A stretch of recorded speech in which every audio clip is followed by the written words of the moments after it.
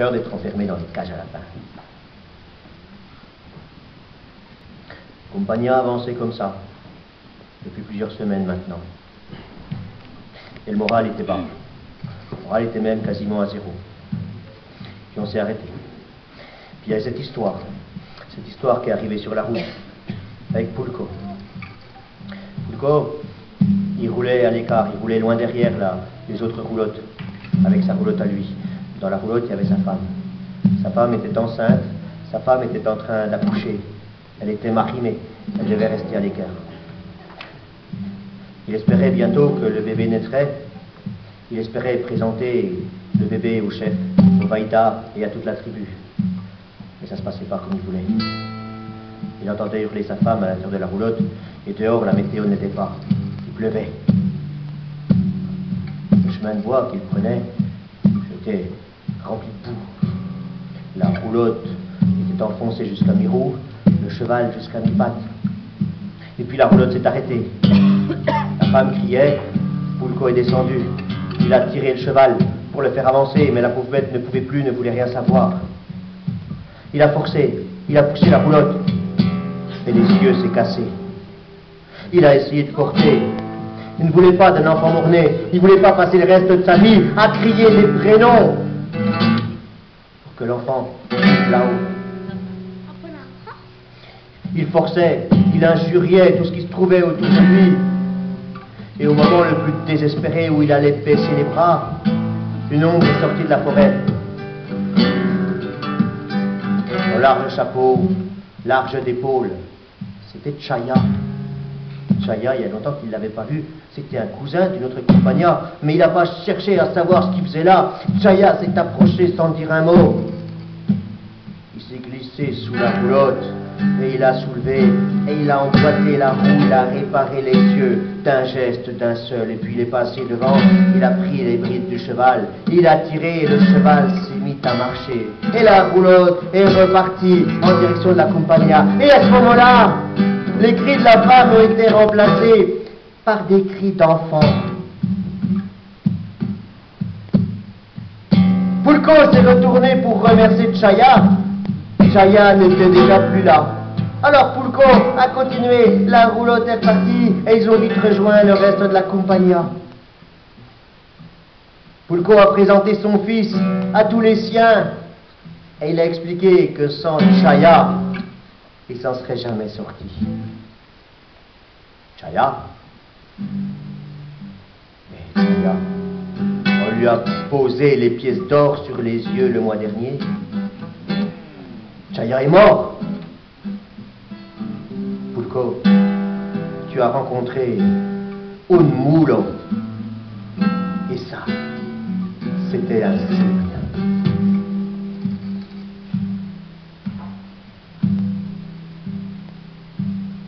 On ne savait plus si on devait se réjouir, on ne savait plus si on devait faire la fête, ou si on devait s'attrister, si on devait s'arrêter. Les hommes en avaient marre. Ils étaient prêts à tout laisser tomber. Alors le Vaïda a dit, on ne va pas s'arrêter comme ça. Tant pis, on s'arrête, on pose nos roulottes, on s'arrête un moment. Et puis, on va faire la fête. Et on va faire la fête parce qu'on va faire des mariages. Et on va marier 3 jeunes gars de chez nous. Et comme le fait la tradition, les 3 iront chercher un cadeau pour le fiancé. Et en fonction du cadeau qu'ils ramèneront, je choisirai la fiancée, la femme qu'ils méritent. Chuko, Duko, Baro, vous partirez.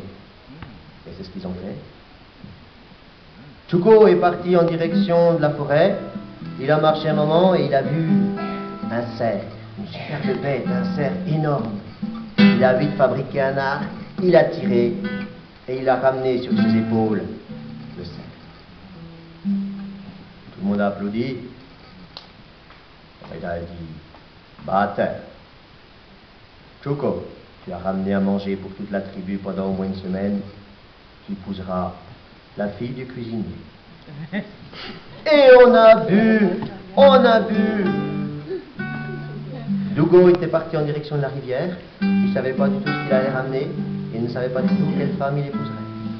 Il a traversé la rivière, son pied a glissé, il a trébuché, il a posé sa main pour se rattraper, et quand il a remonté sa main, à l'intérieur, il y avait une pépite d'or énorme.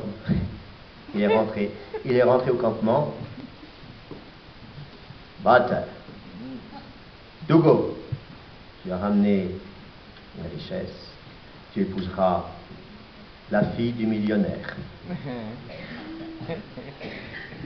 Il y a des millionnaires chez les tziganes. Et vous savez ce que c'est un millionnaire tzigane? C'est pas celui qui a amassé 1 million. C'est celui qui a déjà dépensé 1 million. Bande! Baro est parti en direction de la montagne. Il n'avait aucune idée de ce qu'il avait ramené, il n'avait aucune idée de la femme qu'il épouserait. Il a marché. Il a marché et s'est arrêté quand il est arrivé au sommet de la montagne. Du sommet de la montagne, il a vu Tchouko ramener le cerf. Il a vu Dougo ramener la pépite d'or. Il s'est assis sur une pierre et il a regardé autour de lui. Il y avait de l'herbe, des pierres. Et plus loin, il y avait des arbres. Et du haut de sa montagne, il a vu des forêts, des prés, des chemins qui les traversaient, puis des rivières, d'autres prés, d'autres montagnes. Et derrière les autres montagnes, la mer. Et plus loin là-bas, derrière la mer, il a vu la plage. Et derrière la plage, des prés, des champs, des forêts, des rivières, et encore d'autres montagnes, encore plus haut, tout blanc. Et derrière les autres montagnes, tout là-bas, il y avait des lacs, il y avait des prairies, il y avait des déserts. Il commençait à faire nuit. Baro est redescendu. Il est arrivé vers les roulottes, les mains vides.